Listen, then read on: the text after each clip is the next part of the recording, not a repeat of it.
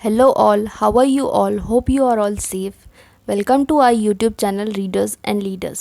Previous video में हमने the richest man of Babylon की हिस्ट्री और first chapter man who desired gold के बारे में बात की थी।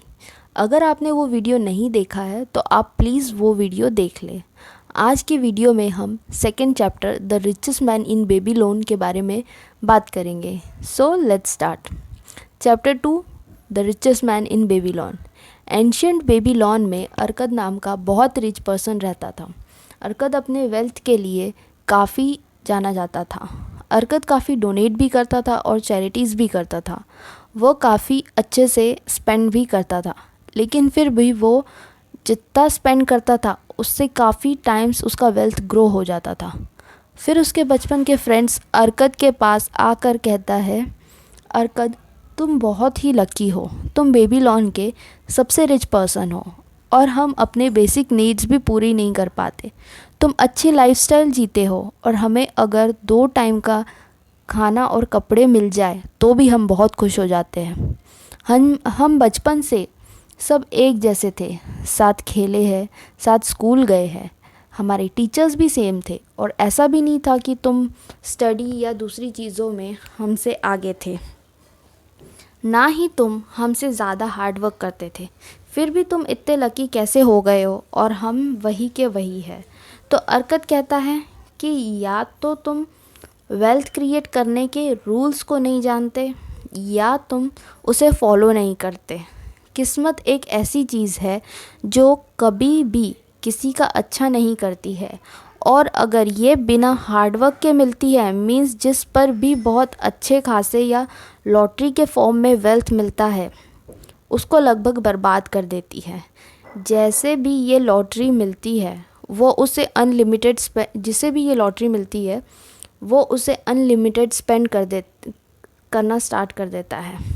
जिनके पास पैसा एज अ लॉटरी के फॉर्म में आता है वह या तो कंजूस बन जाते हैं और बिल्कुल भी स्पेंड नहीं करते, और इन्हें चोरों का डर भी परेशान करता है। काफ़ी कम लोग ऐसे होते हैं जो इसे पैसों को सही से यूटिलाइज़ करके रिच बन जाते हैं और अपनी लाइफ अच्छे से स्पेंड करते हैं। फिर अर्कद के फ्रेंड्स कहते हैं, तुम अपनी स्टोरी बताओ कि तुम कैसे रिच बने। तो अर्कद कहता है कि मैं जब यंग था तो मैंने काफ़ी ऐसी चीज़ें देखी जो हैप्पीनेस और सेटिस्फेक्शन दे, और वेल्थ इन सबको पावर को बढ़ा देता है। अगर आपके पास अच्छा पैसा हो तो आप अपने घर को बहुत अच्छे से इंटीरियर से डेकोरेट कर सकते हैं और फॉरेन ट्रिप्स पर जा सकते हैं और वहाँ के फूड्स को टेस्ट कर सकते हैं। काफ़ी अच्छी महंगी ज्वेलरी अफोर्ड कर सकते हैं, टेंपल बनवा सकते हैं जिससे आपको काफ़ी अच्छी खुशी मिल सकती है, काफ़ी सेटिस्फाइड रह सकते हो। और फिर मैंने कमिटमेंट किया कि मैं अपनी लाइफ में ये सारी चीज़ें अचीव करके रहूँगा। मैं बिल्कुल वैसा नहीं बनूँगा जो रिच लोगों को देखकर जेलस फील करते हैं। मैं सस्ते कपड़ों में कभी सेटिस्फाई नहीं रहूँगा जिनमें वो काफ़ी रिस्पेक्टफुल दिखने की कोशिश करते हैं। मैं खुद को बहुत अच्छे से डेवलप करूँगा और काफ़ी वेल्थ क्रिएट करूँगा। तुम सब जानते हो कि मेरी फैमिली, मेरे फादर छोटे ट्रेडर थे और हमारी जॉइंट फैमिली थी। वो मुझे एंसेस्टर से भी कोई प्रॉपर्टी मिलने की कोई उम्मीद नहीं थी और ना ही मैं इतना इंटेलिजेंट भी नहीं था। फिर मैंने सोचा कि मुझे नॉलेज और टाइम की ज़रूरत है। टाइम हर किसी के पास बहुत सारा रहता है और तुम लोगों ने काफ़ी टाइम गंवा दिया है। हमें हमारे टीचर ने बताया था नॉलेज 2 टाइप का होता है, एक वो जिससे हम जानते हैं और सीखते हैं, एंड सेकंड हमें कैसे पता चलेगा जिसे हम नहीं जानते।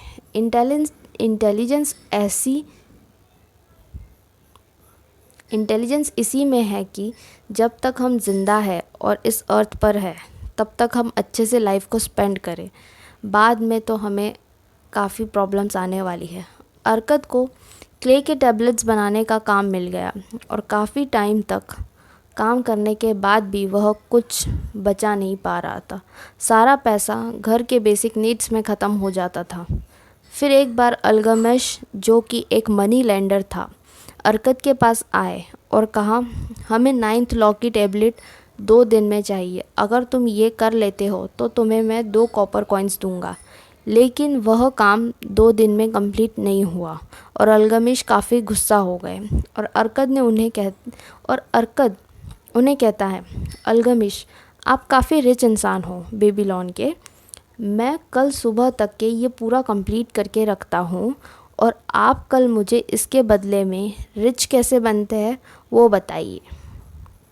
अल्गमिश स्माइल करते हुए बोलते हैं, मुझे ये डील मंजूर है। दूसरे दिन अल्गमिश आता है और अरकद उनका काम पूरा करके रखता है और कहता है, मैंने अपना काम पूरा किया, अब आपकी बारी। अल्गमिश कहता है, मैं बूढ़ा होते जा रहा हूँ और बूढ़े लोग के पास काफ़ी एक्सपीरियंस रहता है यंग लोगों को शेयर करने के लिए, लेकिन यंग लोगों को लगता है वो एक्सपीरियंस काफ़ी पुराना है, वो अभी के टाइम काम नहीं करेगा और इस रीज़न से वो उसका यूज़ नहीं कर पाते। अल्गमिश ये भी कहता है कि माना यंग लोगों के पास काफ़ी नॉलेज होता है, लेकिन अगर वो एक्सपीरियंस को भी यूज़ करे तो उसका रिज़ल्ट बहुत ही बेहतरीन मिल सकता है। जब मैं अपनी इनकम का एक हिस्सा खुद रखने लगा, तब से मैं वेल्थ के पाथ पर चलने लगा। अगर तुम भी ये करोगे तो तुम भी वेल्थ के पाथ पर चलने लगोगे। अरकद कहता है, जितना भी मैं अर्न करता हूँ वो मैं खुद ही तो रखता हूँ, तो क्या ये वो नहीं है? तो अल्गमिश कहता है, ये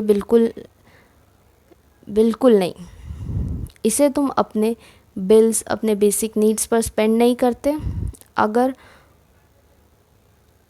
नहीं करते तो तुम्हारे पिछले मंथ की सैलरी कहाँ है? पिछले ईयर की कहाँ है? क्या तुम बिना स्पेंड किए ज़िंदा रह सकते हो बेबीलोन में? तुम सबको पैसा देते हो, तो क्या तुम खुद को नहीं दे सकते? और अगर तुम हर मंथ 1/10 हिस्सा खुद को दोगे तो 10 साल में कितना पैसा जमा हो जाएगा? तो अरकद कहता है, मेरा एक साल की सैलरी जितना। तो अल्गमिश कहता है, तुम्हारी बात आधी सच है। तुम अगर जो भी गोल्ड बचाते हो वो तुम्हारे लेबर बनकर तुम्हारे लिए वर्क करते हैं, और उससे जितना भी कॉपर के कॉइन्स अर्न होते हैं वो सब इसके बच्चे होते हैं और वे भी तुम्हारे लिए मनी अर्न कर सकते हैं। अगर तुम रिच बनना चाहते हो तो तुम्हें अपने इनकम का कुछ पार्ट इन्वेस्ट करना चाहिए, जो भी तुम्हारी सेविंग्स और इसके बच्चे मीन्स कॉपर कॉइन्स, वो तुम्हारे लिए वेल्थ क्रिएट करे। तुम्हें ये लग रहा होगा कि तुम्हारी रात भर की मेहनत बेकार हो गई, लेकिन तुम ज़रा इंटेलिजेंस के साथ सोचोगे तो ये 1000 टाइम्स ज़्यादा मैं पे कर रहा हूँ। तुम्हें 10% से कम सेविंग नहीं करना चाहिए, उससे ज़्यादा कर सकते हो। वेल्थ भी ट्री की तरह ही एक सीड से ग्रो होती है। तुम्हारी कॉपर का कॉइन भी वह सीड है जो तुम्हारे वेल्थ के ट्री को ग्रो करेगा।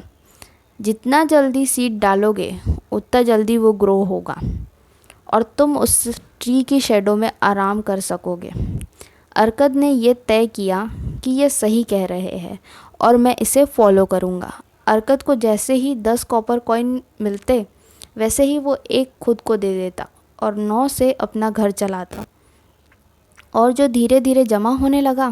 फिर अरकद ने उन पैसों को अजमेर को, जो कि ब्रिक्स बनाता था, उसे दे दिया और उसने कहा कि मैं वर्ल्ड टूर पर जा रहा हूँ और तुम्हारे लिए फिनोशिया के रेयर ज्वेल्स लेकर आऊँगा और उससे हम बेचकर अपना प्रॉफिट शेयर कर लेंगे।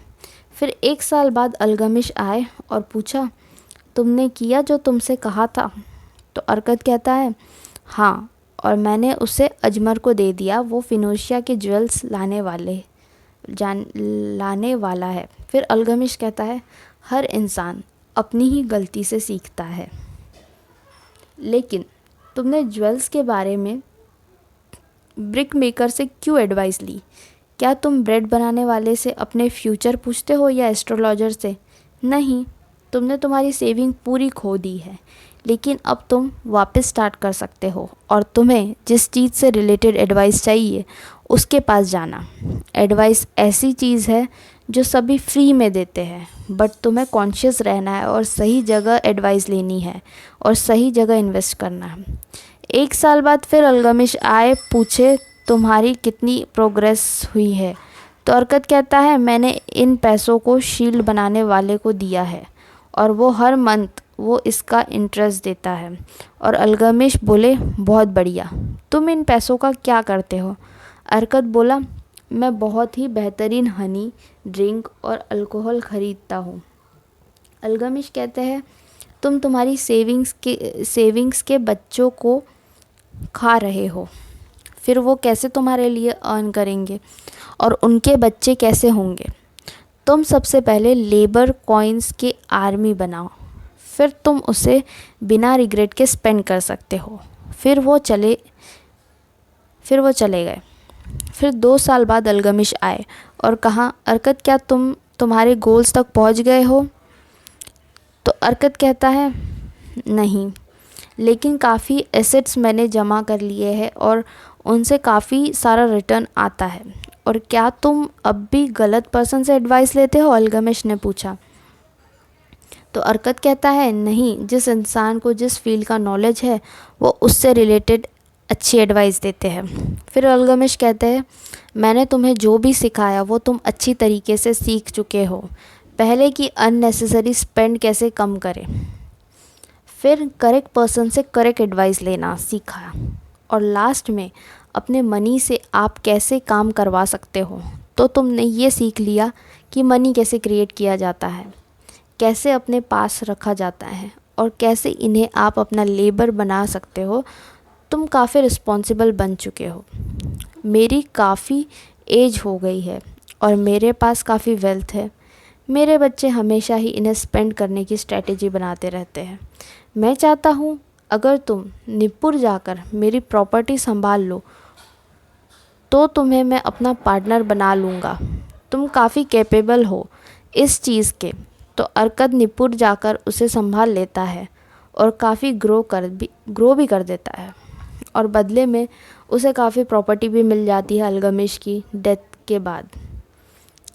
अरकत ने जैसे ही अपनी स्टोरी बताना ख़त्म किया वैसे ही उसका एक फ्रेंड बोला, तुम काफ़ी लकी थे जो तुम्हें अल्गमिश